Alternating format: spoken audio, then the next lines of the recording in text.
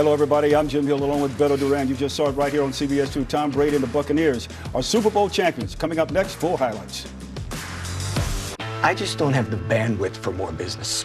Seriously, I don't have the bandwidth. Get up to 20 times faster upload speeds with AT&T Business Fiber at half the price of cable.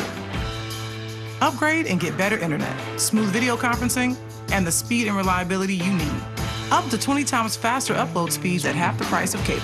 Call 844-518-FAST to upgrade to AT&T Business Fiber now. We don't follow the herd. Never have, never will. Because those who build the future aren't found in a pack. They forge the way forward on a path of their own. And just when you think the dust has settled, we're here to kick it right back up again. The all-new, all-electric 2021 Mustang Mach-E is here.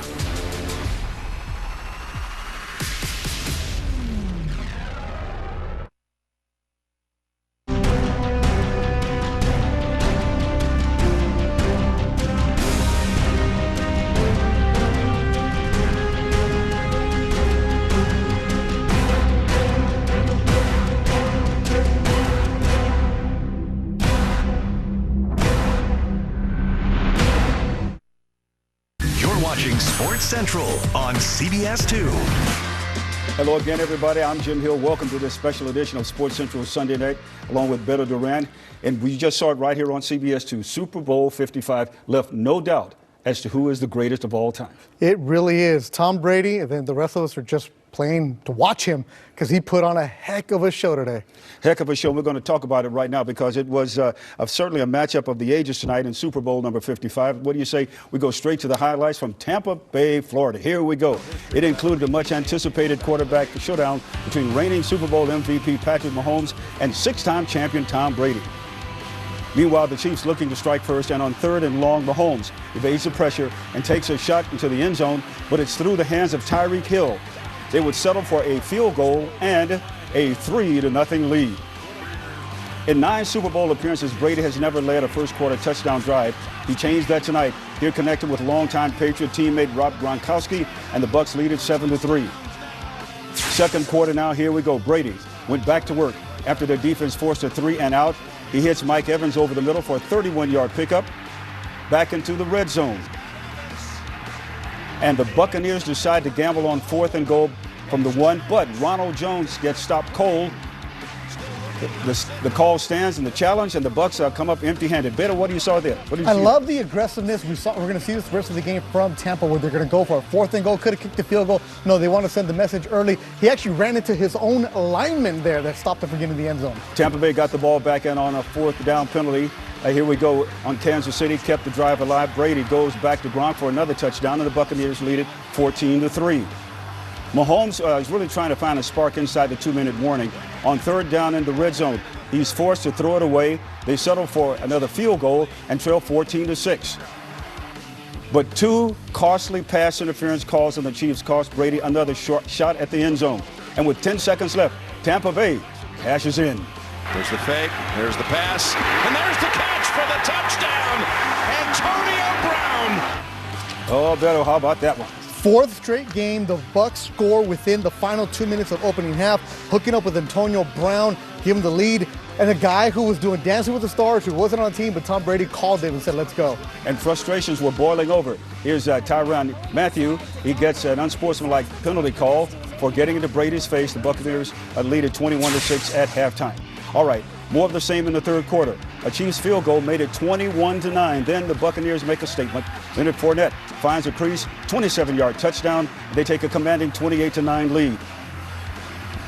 Kansas City is desperate in need of something. Here's Mahomes looking for some magic, trying to air it out to Hill. It's tipped and goes right into Antoine Winfield for the interception. His first of 2 turnovers leads to a field goal, and Tampa Bay leads it 31-9. Now the Chiefs had their chances in the fourth quarter. Kansas City facing 4th and 9. Mahomes scrambles, somehow evades the pressure, and gets the pass off while going to the turf, but it falls incomplete. And the Tampa Bay Buccaneers win Super Bowl 55 in their own home stadium. Final score, you saw it here on CBS 2, 31-9. It's the second championship in franchise history. Tom Brady lifts the Lombardi Trophy for a 7th time and becomes the first 5-time winner as Super Bowl MVP. I think everybody, believed we could win. So that, I think through the last, really all year we believed in ourselves. Our coaches believed in us. We believed in ourselves. And again, we were going up against a great team tonight, and just happy we got the job done. He just played outstanding the whole ball game. He protected the football. We had great protection, and he found a couple guys like Antonio and Gronk. Both their touchdowns were more improv plays, and just did a great job. They were an organization ready to win. The players here were ready to win, and just to come in and be a small part, big part of it, and play my role was just amazing. And just to come here and just have a situation like this with so many great players and be Super Bowl 55 champs, it's just unreal. We battled to the very end. I mean, that's one thing you can say. I mean, we played not very good football today, but we battled, and now you have to respect the guys for their toughness on doing that. And how about this? With his 7th Super Bowl victory, Tom Brady now has more Lombardi trophies than the Patriots or the Steelers do as a franchise. It also is more Super Bowl wins than all but 5 franchises have Super Bowl appearances. Brady joins Peyton Manning as the only quarterbacks in NFL history to win a Super Bowl with 2 different teams. Beto, that's incredible when you talk about Brady. There's no doubt who the GOAT is. We can do an entire show on all the accolades that Tom Brady has of going into the playoffs and what he's done winning the Super Bowls. At the age of 43, people wonder, okay, you live in New England, what can you do without them? You're in there and you go and you lead them to a Super Bowl victory, his 7th for himself, recruiting Gronkowski, getting Antonio Brown, getting guys with him. And it took Tampa Bay a while to figure out exactly who they were. In November, they didn't look like a team that was going to get into the playoffs. They didn't look like a team that was a Super Bowl favorite. But once they got in there, once they started winning games and they get fired up, like we said it earlier, get into the dance, that's all you need. And then momentum carried them, and they look good. Oh, I'm telling you, and when you think about it, Brady got a big assist, a huge assist from his defense. I mean, because they provided constant pressure all night long on Mahomes. Great job by coordinator Todd Bowles to make sure that they were wired up and ready to get after a very elusive quarterback in Patrick Mahomes. Mahomes was under pressure the entire game. He was in more pressure this time. 29 times he was pressured. He was never comfortable.